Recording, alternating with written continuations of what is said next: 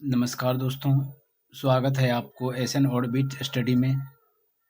पिछले वीडियो में मैंने बताया था जिसमें कि मुख्य अक्ष, वक्रता केंद्र और वक्रता त्रिज्या में कुछ छूट गया था, तो आज इस वीडियो में बताया जाएगा। तो आप लोग इसको ध्यान से समझेंगे और एक्सप्लेन अच्छा लगे तो चैनल को सब्सक्राइब करें और दोस्तों के साथ शेयर करें। तो यहाँ पर देख सकते हैं दोस्तों, मुख्य अक्ष, वक्रता केंद्र और वक्रता त्रिज्या, फोकस तथा फोकस दूरी की जानकारी दी जाएगी। तो वक्रता केंद्र का डिफिनेशन क्या बोले थे दोस्तों कि गोलीय दर्पण जिस गोले का भाग होता है उसे वक्रता त्रिज्या उसे वक्रता केंद्र कहते हैं। तो दोस्तों यहाँ से अगर इस पॉइंट को ले लेते हैं, ये हो गया वक्रता केंद्र। इसकी गोले का भाग जस्ट लाइक ये हो सकता है, ये गोले का भाग है, सॉरी ये गोले का भाग, ये वाला, ये हो गया वक्रता केंद्र।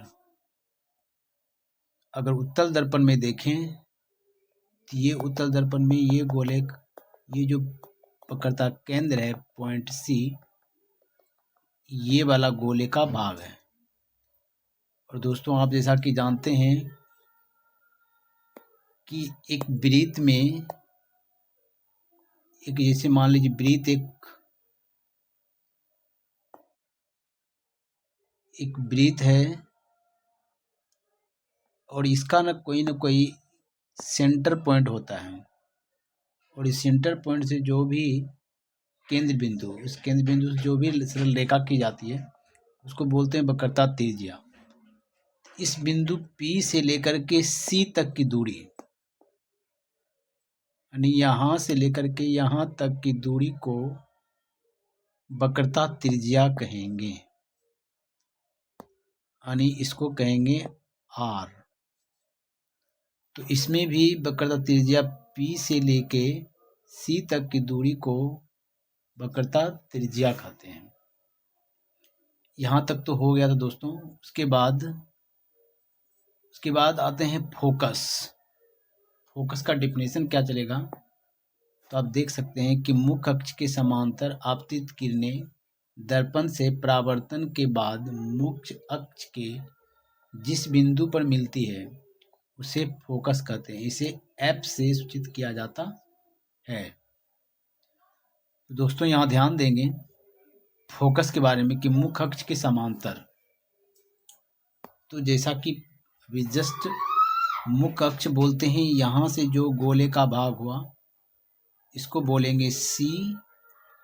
तो मुख्य अक्ष मेरा P से लेकर के C तक की दूरी को मुख्य अक्ष कहते हैं, यानी PC को बोलते हैं मुख्य अक्ष।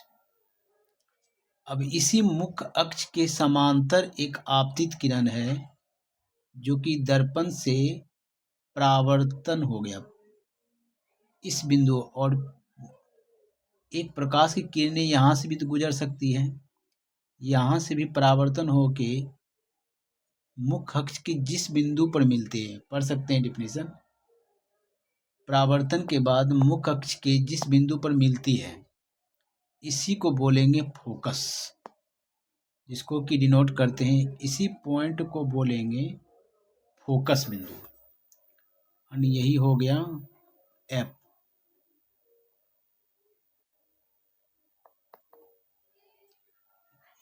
इसको क्या कहेंगे, फोकस।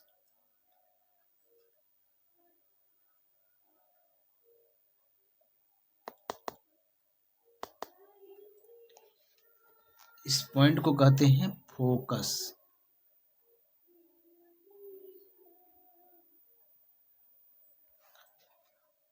अब दोस्तों यहाँ पर ध्यान देंगे इस पॉइंट पे, उत्तल दर्पण में, ये तो अवतल दर्पण है, इसको तो अवतल दर्पण बोलेंगे, ये तो अवतल है और ये उत्तल।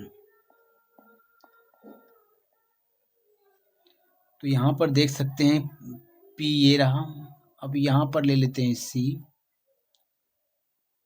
अगर इसको अगर यहाँ से थोड़ा बढ़ाते जाएं, अब इधर तो अंदर की तरफ कलई की आवर आता है, उत्तल दर्पण में अंदर की तरफ कलई की आवर आता है, अवतल दर्पण में बाहर की तरफ कलई क्या होता है। तो जब भी प्रकाश की किरणें आपतित होगी, जिधर चिकनी सतह होगी, तो ये साइड चिकनी सतह है, यानी ये साइड जो आप देख रहे हैं, ये साइड चिकनी सतह है। तो प्रकाश की किरणें यहाँ पर पड़ेगी, आपतित होगी।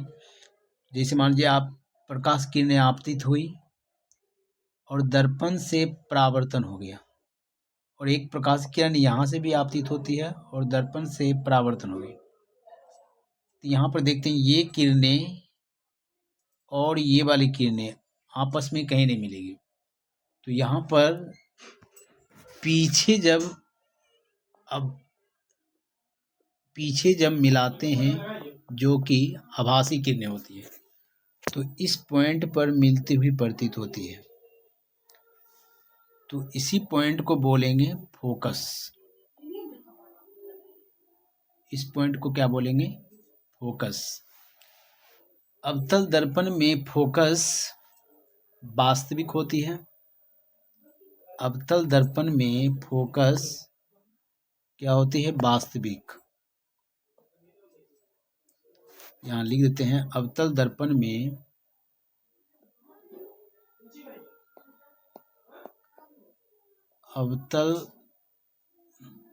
दर्पण में वास्तविक फोकस होते हैं।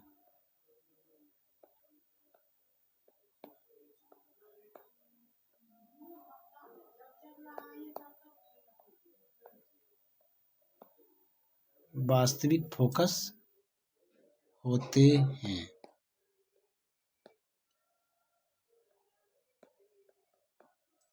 और उत्तल दर्पण में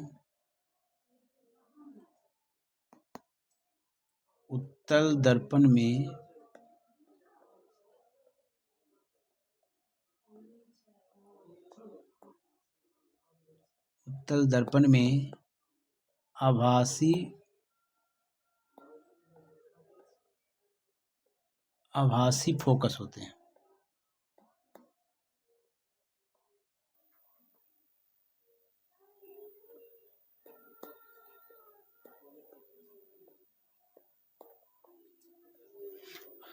दोस्तों अब देखते हैं फोकस दूरी, जो कि यहाँ देख सकते हैं फोकस दूरी, कि फोकस तथा ध्रुव के बीच की दूरी को फोकस दूरी कहते हैं। इसे एफ से सूचित किया जाता है।